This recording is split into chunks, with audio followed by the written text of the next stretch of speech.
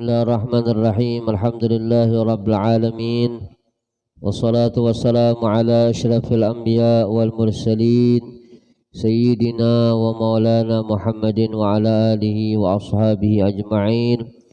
Subhanaka la ilma lana illa ma 'allamtana innaka antal alimul hakim. Wa tub 'alaina innaka antat tawwabur rahim. Rabbi shrah li sadri wa yassir li amri wahlul 'uqdatam min lisani yafqahu qawli wa saddid lisani wahdini qalbi bi jahin nabi wal ali wa ashabi. Allahumma inna nas'aluka fahman nabiyyin wa hifdzal mursalin wa ilhamal malaikatil muqarrabin. Allahumma aghnina bil ilmi wa zayyina bil hilmi wa akrimna ya Allah bit taqwa wa jammilna ya Allah bil afiyah ya arhamar rahimin. Amma ba'du. Kita tahu bahwasanya bulan ini masuk bulan Sya'ban.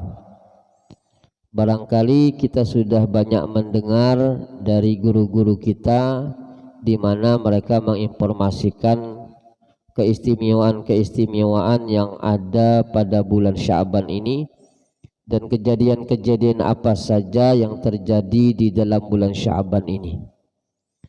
Di antara keistimewaan kemuliaan yang ada pada bulan Sya'ban ini, di dalam bulan Sya'ban ini Allah Subhanahu wa taala mengangkat amal baik seluruh manusia selama setahun.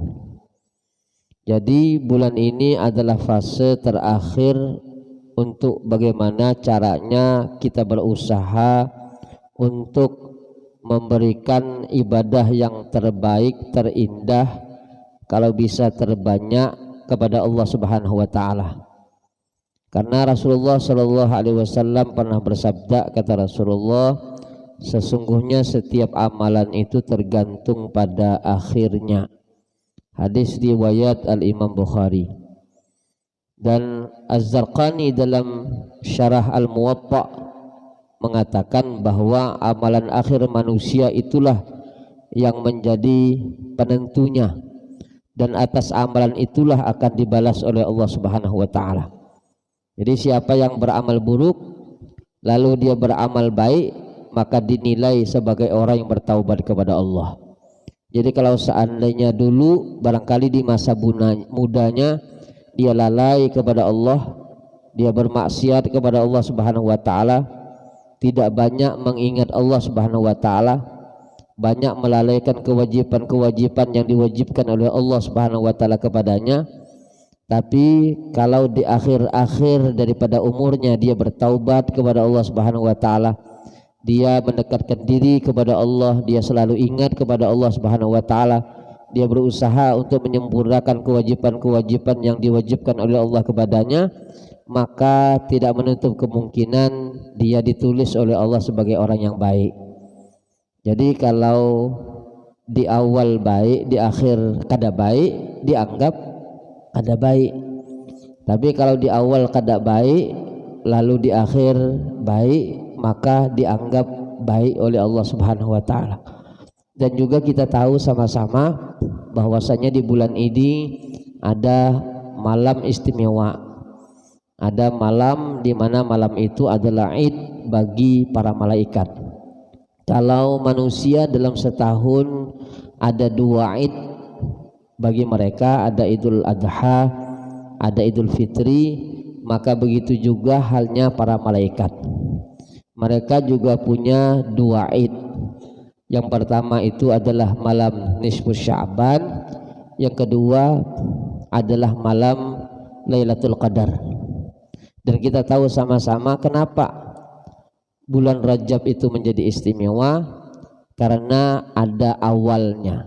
Jadi awal Rajab itu istimewa, maka menjadi istimewa juga bulan Rajab. Lalu bulan Ramadan menjadi istimewa. Kenapa istimewa? Karena ada 10 terakhir.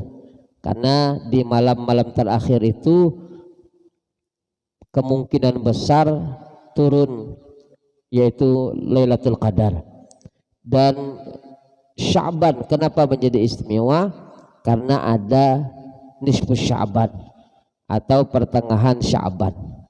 Maka Syekh Abdul Qadir Al-Jilani beliau berpendapat Lailatul Nisf min Sya'ban hiya afdalul layali ba'da Lailatul Qadar, bahwasanya malam nisfu Sya'ban itu adalah paling afdalnya malam setelah malam Lailatul Qadar. Jadi malam Lailatul Qadar pertama, yang kedua malam Lailatul Nisf min Sya'ban. Bahkan Al-Imam Ali karamallahu wajhah, beliau itu yufarril nafsahu lil ibadah fi arba layalin minas sanah. Imam Ali beliau mengosongkan diri beliau khusus untuk beramal beribadah di 4 malam dari 1 tahun. Jadi dalam 1 tahun ada 4 malam yang beliau khususkan untuk benar-benar beribadah kepada Allah Subhanahu wa taala. Malam apakah itu? Malam yang pertama adalah awwalu lailah min Rajab. Yang pertama itu adalah malam pertama daripada Rajab. Yang kedua yaitu Lailatul Fitr, malam Idul Fitri. Yang ketiga malam Lailatul Idul Adha. Lalu malam yang terakhir yang keempat adalah malam Lailatul Nisf min Sya'ban, sebagaimana kita ambil dari kitab Manhajus Sawi dan juga kitab Tadhkirun Nas. Dan juga Al-Imam As-Subqi radhiyallahu an, beliau pernah berkata bahwasanya Lailatul Nisf min Sya'ban itu bisa melebur dosa-dosa selama setahun. Jadi malam Lailatul Nisf min Sya'ban bisa melebur dosa setahun. Malam Lailatul Jum'ah bisa melebur dosa seminggu. Lalu kalau malam Lailatul Qadar itu bisa melebur dosa seumur hidup. Jadi seumur hidup dosa kita diampun akan oleh Allah kalau kita mendapati malam Lailatul Qadar bertepatan kita beramal beribadah kepada Allah. Dan malam Lailatul Qadar itu disimpan oleh Allah Subhanahu wa taala, tidak dinampakkan oleh Allah, tersembunyi. Kita disuruh oleh Allah untuk mencarinya. Tapi kalau malam yang dua ini, malam Jumat dan juga malam nisfu Sya'ban, nyata kita tahu. Malam Jumat itu kapan kita tahu. Malam nisfu Sya'ban itu kapan kita tahu. Kalau kada salah lah nisfu Sya'ban tahun ini, kalau kada malam Selasa lah. Malam Rabu kan Selasa. Malam Rabu. Jadi malam Rabu adalah malam nisfu Sya'ban. Jadi jelas nyata. Jadi tinggal apakah Allah memberikan kita taufik hidayah untuk beramal kada. Kalau mendapat akan, ulun yakin semuanya kita mendapat akan. Malam Lailatul Nisf min Sya'ban, malam Jumat, malam Lailatul Qadar, insya Allah semuanya dapat. Tapi wallahu alam apakah dapat beribadah kepada Allah di malam itu, ini yang menjadi pertanyaannya. Apakah malam Jumat kita gunakan untuk beramal beribadah? Apakah nisfu Sya'ban kita dapat akan lalu kita beramal beribadah kepada Allah? Malam Lailatul Qadar apakah kita dapatkan lalu kita beramal beribadah kepada Allah Subhanahu wa taala? Nah, ini kita minta kepada Allah mudah-mudahan digampangkan oleh Allah Subhanahu wa taala untuk beribadah kepada Allah, khususnya malam nisfu Sya'ban yang akan kita hadapi ini. Karena semuanya sudah tahu keutamaan keistimewaannya, dan ulun juga yakin pasti ada keinginan tuh, hasrat untuk beramal beribadah dan menghidupkan malam nisfu Sya'ban. Nah, cuman ya tadi, kalau tidak diberi akan taufik hidayah oleh Allah, susah untuk beramal, susah untuk beribadah kepada Allah Subhanahu wa taala. Tapi kalau diberi akan taufik hidayah, gampang tuh untuk menghidupkan malam nisfu Sya'ban. Nah, sebenarnya tidak hanya nisfu Sya'ban yang harus kita perhatikan, tapi dari awal sampai akhir Sya'ban ini juga harus kita perhatikan. Kenapa? Karena kita melihat tadi di atas keistimewaan yang Allah hadirkan di bulan ini. Allah Subhanahu wa taala mengangkat semua kebaikan-kebaikan hambanya. Maka dari awal sampai akhir hendaklah kita hadirkan amalan-amalan yang terbaik yang bisa kita lakukan. Apa sih kira-kira amalan-amalan yang terbaik untuk bisa kita hadirkan di dalam bulan Sya'ban ini? Tentu kalau sholat wajib, mudah-mudahan kita bisa jaga tuh, dan kita mengharap juga bisa kita jaga sholat fardu sampai akhir hayat, mudah-mudahan. Tapi selain sholat fardu, tentu kita tahu sama-sama ada sholat sunnah qobliyah, ba'diyah atau sholat sunnah rawatib. Nah, kemarin sudah ulun informasi akan keistimewaannya, yaitu keistimewaan sholat qobliyah subuh dan sholat sunnah qobliyah zuhur tidak kalah kalau dibandingkan dengan sholat qobliyah subuh, tidak kalah tuh keistimewaannya. Nah, di antara keistimewaan sholat sunnah qobliyah zuhur, nah mudah-mudahan setelah kita tahu tentang keistimewaan-keistimewaannya, lalu diberikan taufik hidayat oleh Allah untuk mengistiqomahkannya, untuk melakukannya, mudah-mudahan sampai akhir hayat. Itu yang kita minta, yang tentu kita harapkan. Nah, di antara keistimewaan sholat sunnah qobliyah zuhur adalah barang siapa yang mengistiqomahi atau terus melakukannya sampai akhir hayat, maka yang Allah hadiah akan buat orang yang mengistiqomahi qobliyah zuhur dan ba'daha adalah haramallah jasaduhu 'alan nar. Allah haramkan jasadnya untuk disentuh oleh api neraka. Inilah yang kemarin kita informasikan, apa saja sih kira-kira amalan-amalan yang bisa menyelamatkan kita dari api neraka. Nah, salah satunya adalah melaksanakan qobliyah zuhur dan ba'diyah zuhur dengan istiqomah. Nah, kalau kita berbicara tentang istiqomah, ini yang susah, ini yang agak sulit. Kalau seminggu 3 kali 4 kali barangkali bisa lah, seminggu tuh 3 kali 4 kali bisa. Cuman untuk seminggu terus tiap hari kita lakukan, ini yang agak susah. Kalau tidak diberikan oleh Allah taufik hidayat, kita tidak akan mungkin bisa melakukannya. Dan Rasulullah Shallallahu Alaihi Wasallam pernah bersabda tentang hal tersebut. Kata Rasulullah Shallallahu Alaihi Wasallam, man yuhafidh, barang siapa yang menjaga ala arba'ati rakaat, 4 rakaat qabla zuhur, 4 rakaat sebelum zuhur, wa arba' ba'daha, 4 rakaat sesudah zuhur. Jadi 4 rakaat sebelum zuhur, 4 rakaat sesudah zuhur, dijaga benar-benar, diistiqomah akan melakukannya sampai akhir hayat. Haramallah jasadahu 'alan nar, Allah haramkan jasadnya dari api neraka. Bahkan yang istimewanya lah waktu sebelum zuhur itu adalah waktu di mana Allah Subhanahu wa taala buka akan pintu-pintu langit, dan tidak Allah tutup pintu-pintu langit pada saat itu, dibuka oleh Allah.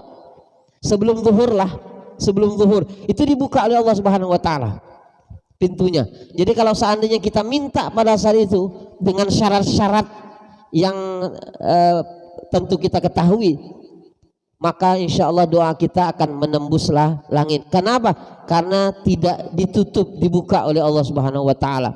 Bahkan Rasulullah SAW kemarin kita pernah dengar, tidak hanya saja Rasulullah menjaga sholat qobliyah subuh, tapi Rasulullah juga menjaga sholat qobliyah zuhur. Di sini disebut akan rawahu al-Imam Ahmad wa Tirmidzi wa qala hadis hasan gharib. Disebut akan bahwasanya kana Rasul sallallahu alaihi wasallam yuhafid 'alaiha. Rasulullah menjaga salat qobliyah zuhur wa yutilu fiha al-qiyam. Bahkan Rasulullah SAW lama berdiri. Jadi kalau melaksanakan salat qobliyah zuhur, beliau lama berdiri, berarti baca surahnya agak panjang. Ya kan? Bahkan kata Rasulullah begini, uhibbu ayyas'ada li fi hadhihi sa'ah amalun soleh. Kata Rasulullah, ulun kepingin kalau seandainya saat ini naik kepada Allah Subhanahu wa taala amalan yang baik, yang soleh yang ulun lakukan.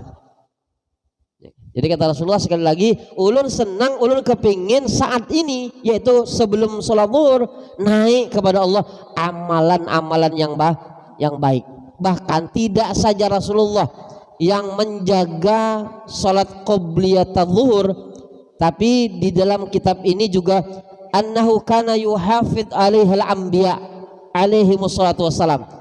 Para nabi-nabi sebelum Rasulullah juga menjaga sholat qobliyat zuhur. Dari sahabat Thauban radhiyallahu an, kata sahabat Thauban, anna Rasulullah SAW kana yastahibbu ayyusalliya ba'da nisfin nahar. Rasulullah itu senang sholat setelah setengah hari, setengah siang maksudnya. Jadi Rasulullah senang melaksanakan sholat ba'da, setelah nisfi, setengah, an-nahar, siang, yaitu sebelum zuhur tadi. Dan Siti Aisyah radhiyallahu anha pernah berkata, kata Siti Aisyah, ya Rasulullah, inni araka tastahibbu shalah hadhihi sa'ah. Ulun melihat pian, kayaknya pian senang benar melakukan sholat di saat ini, yaitu sebelum zuhur. Apa jawaban Rasulullah? Jawaban Rasulullah, tuftah fiha abwabus sama. Karena saat ini dibuka oleh Allah Subhanahu wa taala pintu-pintu langit. Tidak hanya sekedar pintu langit dibuka oleh Allah Subhanahu wa taala, tapi juga wa yanzurullah taala birrahma ila khalqih. Di saat itu sebelum zuhur, Allah melihat makhluknya dengan penglihatan, dengan pemandangan rahmat, dengan pandangan cinta dan kasih sayang. Tidak hanya sekedar melihat. Jadi ada penglihatan Allah itu penglihatan benci dan marah. Ada Allah itu melihat dengan penglihatan rahmah, dan inilah yang kita harapkan. Allah melihat kita dengan penglihatan rahmah, cinta dan kasih sayang.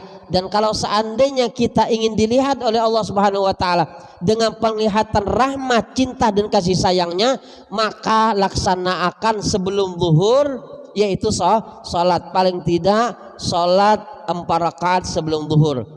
Bahkan kata Rasulullah, wahia salatun kana yuhafidh alaiha Adam wa Nuh wa Ibrahim wa Musa wa Isa alaihi wassalatu wassalam. Kata Rasulullah, salat itu juga qobliyat zuhur maksudnya dijaga oleh Nabi Allah Adam, Nuh, Ibrahim, Musa dan Isa, Nabi Allah Isa alaihi wassalatu wassalam. Jadi ini saat yang sangat istimewa sekali. Bahkan orang yang menjaga sholat qobliyatul zuhur itu mendapatkan pahala seperti dia beribadah di malam hari. Jadi seperti dia bertahajud di malam hari. Ya, jadi jangan ini diambil alasan lah, oh ulun kada kawa bangun malam hari, oh berarti ulun harus menjaga sholat qobliyatul zuhur. Tidak juga begitu sebenarnya. Kalau kita bisa lakukan kedua-duanya itu lebih baik. Qobliyatul zuhur kita lakukan, dan kalau bisa kita bangun malam sempat akan, walaupun cuma 2 rakaat. Tapi keistimewaan sholat qobliyatul zuhur ini sama seperti tahajud di malam hari, sebagaimana diriwayatkan oleh Barra bin Azib radhiyallahu an dari Nabi Muhammad sallallahu alaihi wasallam, kata Rasulullah, man shalla qabla dhuhur 4 rakaat ka'annama tahajjada bihinna min lailatihi wa man shallahunna ba'da al-isya kamithlihinna min lailatul qadar. Kata Rasulullah, barang siapa yang salat 4 rakaat sebelum zuhur, ka'annama seakan-akan tahajjada, bertahajud, bihinna min lailatihi, di malam harinya. Jadi 4 rakaat sebelum zuhur seperti salat tahajud di malam hari. Lalu barang siapa yang melaksanakan 4 rakaat sesudah sholat isya, ba'dal isya, kamitslihinna min lailatul qadar, seperti melaksanakan sholat di malam Lailatul Qadar. Jadi tidak harus kita menunggu malam Ramadan untuk kita mendapatkan malam Lailatul Qadar. Kita bisa mendapatkan pahala seperti kita beribadah di malam Lailatul Qadar. Kapan itu? Tiap malam kok. Kita bisa mendapatkan pahala beribadah di malam Lailatul Qadar. Yaitu kalau seandainya kita melaksanakan 4 rakaat sesudah Isya. Nah, inilah keistimewaan, keutamaan umat baginda Muhammad SAW. Jadi ada hal-hal di mana mereka tidak bisa melakukan, tapi ada hal-hal yang bisa mereka lakukan. Misalkan malam Lailatul Qadar agak susah barangkali lah. Ya, kita tidak tahu apakah selama ini kita dapat tuh malam Lailatul Qadar. Kita tidak tahu. Tapi kita bisa mendapatkan pahala beribadah malam Lailatul Qadar kapan? Ba'dal Isya. Ulun yakin ba'dal Isya semuanya orang sanggup. Yang di sini insya Allah sanggup. Habis Isya melaksanakan sholat 4 rakaat. Nah, mudah-mudahan diberikan taufik hidayah oleh Allah. Bahkan di dalam satu riwayat Rasulullah SAW pernah bersabda, kata Rasulullah, sholatul hajir misla sholatil lail. Jadi sholat hajir itu seperti halnya sholat malam. Lalu Ar-Rawi bertanya kepada Abdurrahman bin Humaid tentang hajir itu apa sih? Mal hajir, apa hajir itu? Lalu kata Abdurrahman bin Humaid, al hajir itu adalah zalatis syamash. Hajir itu apabila matahari tergelincir. Jadi orang yang melaksanakan sholat setelah tergelincirnya matahari, maka seperti halnya dia melaksanakan sholat malam hari. Bukan pas tergelincirnya, bukan setelah tergelincirnya matahari. Karena tergelincirnya matahari tidak boleh kita melaksanakan sholat. Ya, disitulah batas akhir kita melaksanakan sholat duha. Jadi kalau seandainya ada orang bertanya kapan sih berakhirnya sholat duha itu, yaitu iza zalash syamash, apabila tergelincir matahari, parak-parak zuhur itu ya, kira-kira 15 menit sebelum zuhur itu sudah zawalus syamash. Nah, di situ kita tidak boleh melaksanakan sholat. Nah, tidak boleh. Tapi ini setelah tergelincirnya matahari, yaitu parak-parak sholat zuhur begitu. Atau kalau yang di sini melaksanakan sholat qobliyatul zuhur. Bahkan di dalam riwayat yang lain juga disebut akan orang yang melaksanakan sholat qobliyatul zuhur itu sama seperti menghidupkan saat-saat waktu sahur. Jadi sama seperti dia beribadah di waktu sahur. Bahkan di sini disebut akan, kata Sayyidina Umar radhiyallahu an, sami'tu baginda Muhammad sallallahu alaihi wasallam yaqul, saya pernah mendengar baginda Muhammad bersabda, kata Rasulullah, arba'un qabla zuhur ba'da zawal, 4 rakaat sebelum zuhur setelah zawal. Nah, setelah zawal lah. 4 rakaat sebelum zuhur setelah zawal, tuhsabu bimithlihinna fis sahari. Itu dianggap seperti waktu sahur. Ya kan? Waktu-waktu sahur para solihin, para aulia Allah, kekasih Allah, mereka beramal beribadah, termasuk ibadah yang mereka lakukan di saat sahur apa? Wabil asharihum yastaghfirun. Jadi kalau seandainya pian mau beristighfar kepada Allah selain di waktu sahur, dan lakukanlah itu pada saat sebelum zuhur atau qobliyatul zuhur. Jadi banyak-banyak beristighfar kepada Allah. Karena di waktu sahur itu ma min syai'in illa wa huwa yusabbihullah fi tilka sa'ah. Karena di waktu sahur itu tidak adalah sesuatu di muka bumi ini kecuali mereka bertasbih kepada Allah Subhanahu wa taala di saat itu. Makanya disebutkan di dalam firman Allah Subhanahu wa taala di dalam surat An-Nahl di ayat yang ke-48, Allah berfirman, awalam yarau ila ma khalaqallahu min syai'in yatafayya'u dhilaluhu 'anil yamini wasyama'ili sujadan lillahi wa hum dakhirun. Kata Allah Subhanahu wa taala, dan apakah mereka tidak memperhatikan segala sesuatu yang telah diciptakan oleh Allah, yang bayangannya berbolak-balik ke kanan dan ke kiri dalam keadaan sujud kepada Allah, sedangkan mereka merendahkan diri mereka. Kapan itu terjadi? Di saat waktu sahur. Jadi berbolak-balik bayangan-bayangannya. Mereka sujud kepada Allah. Jadi ada pohon, ya, ada rumput yang bergoyang ke kanan ke kiri, itu mereka sujud kepada Allah Subhanahu wa taala. Dan itu juga sama dengan pada saat sebelum zuhur. Jadi banyak keistimewaan yang ada pada sebelum zuhur.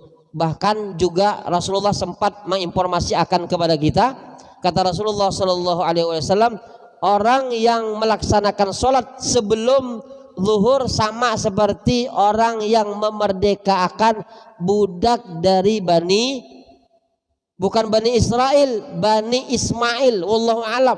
Apakah ada Bani Ismail itu atau tidak? Wallahu alam. Kalau seandainya ada, harganya mahal. Nah, maka orang yang sebelum sholat zuhur melaksanakan sholat 4 rakaat seperti halnya memerdekakan budak Bani Ismail. Jadi kata Rasulullah, man sholat qabla zuhur arba'an kana ka'adri rakabatin min Bani Israel. Yang sholat sebelum zuhur 4 rakaat seperti memerdekakan budak Bani Ismail. Bahkan juga di dalam kitab ini tidak ada sholat yang bisa menandingi keutamaan sholat yang dilakukan di malam hari. Tidak ada sholat yang dilakukan di siang hari yang bisa menandingi sholat yang dilakukan di malam hari. Kecuali ada kecualinya. Kecuali sholat yang dilakukan sebelum zuhur. Sholat yang dilakukan sebelum zuhur itu bisa menandingi sholat yang dilaksanakan di malam hari. Di sini termasuk yang berkata Al-Aswad, Murrah, Masruq radhiyallahu anhum. Mereka berkata juga termasuk Abdullah. Di sini ulun kada tahu siapa nama Abdullah. Di sini disebut akan laisa syai'un ya'dilu sholatul lail min sholatin nahar. Tidak ada sesuatu yang bisa mendandingi sholat malam dari sholat siang, kecuali 4 rakaat yang dilakukan sebelum zuhur. Dan keutamaan orang yang melaksanakan sholat di malam hari dibanding akan orang yang melaksanakan sholat di siang hari seperti keutamaan sholat berjamaah dengan orang yang sholat sendirian. Ya kan? Orang yang sholat berjamaah kan tentu keutamaannya, keistimewaannya besar. Nah, begitulah orang yang melaksanakan sholat jamaah dengan orang yang sholat sendiri. Begitu juga orang yang melaksanakan sholat malam dengan orang yang sholat siang hari. Nah, jadi mudah-mudahan kita bisa lakukan, kita bisa laksanakan. Kalau yang 12 kemarin 4 rakaat sebelum zuhur, 2 rakaat sebelum zuhur. Ya kan? Kalau seandainya kepingin dibikin akan rumah oleh Allah di dalam sorga, 4 rakaat sebelum zuhur, 2 rakaat sesudah zuhur. Tapi kalau kepingin dijaga oleh Allah jasad kita dari api neraka, maka sebelum zuhur 4 rakaat, sesudah zuhur 4 rakaat, tambah 2 lagi, ditambahi 2 lagi, ya kan? 4 rakaat sebelum dan juga sesudah. Ya kan? Nah, setelah itu keutamaan sholat asar sebelum sholat asar, walaupun kemarin yang 12 rakaat itu yang harus kita jaga itu tidak ada 4 rakaat sebelum asar. Coba kita ulangi lagi lah yang 12 itu, yang kalau kita jaga dibikinkan oleh Allah rumah di dalam surga, 4 rakaat sebelum zuhur, lalu 2 rakaat sesudah zuhur, 2 rakaat sesudah maghrib, 2 rakaat sesudah isya, 2 rakaat sebelum subuh 12. Tidak ada termasuk sholat asar 4 rakaat kedada.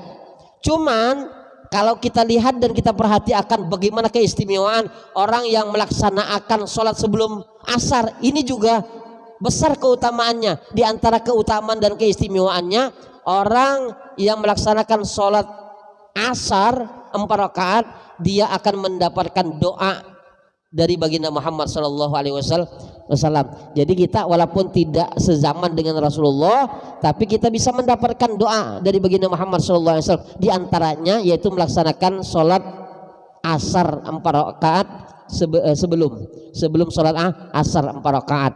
Karena Rasulullah pernah berdoa, Apa doa Rasulullah? Rahimallahu imra'an shalla qoblal asri arba'an. Kata Rasulullah, mudah-mudahan Allah merahmati seseorang yang sholat sebelum asar 4 rakaat. Jadi otomatis orang yang melaksanakan sholat sebelum asar 4 rakaat, otomatis dia mendapat akan doa dari Rasulullah. Dan kita yakin doa dari Rasulullah makbul, tidak ada hijab, tidak ada penghalang antara Rasulullah dengan Allah Subhanahu wa taala. Jadi bisa dipastikan orang yang melaksanakan sholat asar mendapatkan rahmat, cinta, kasih sayang dari Allah.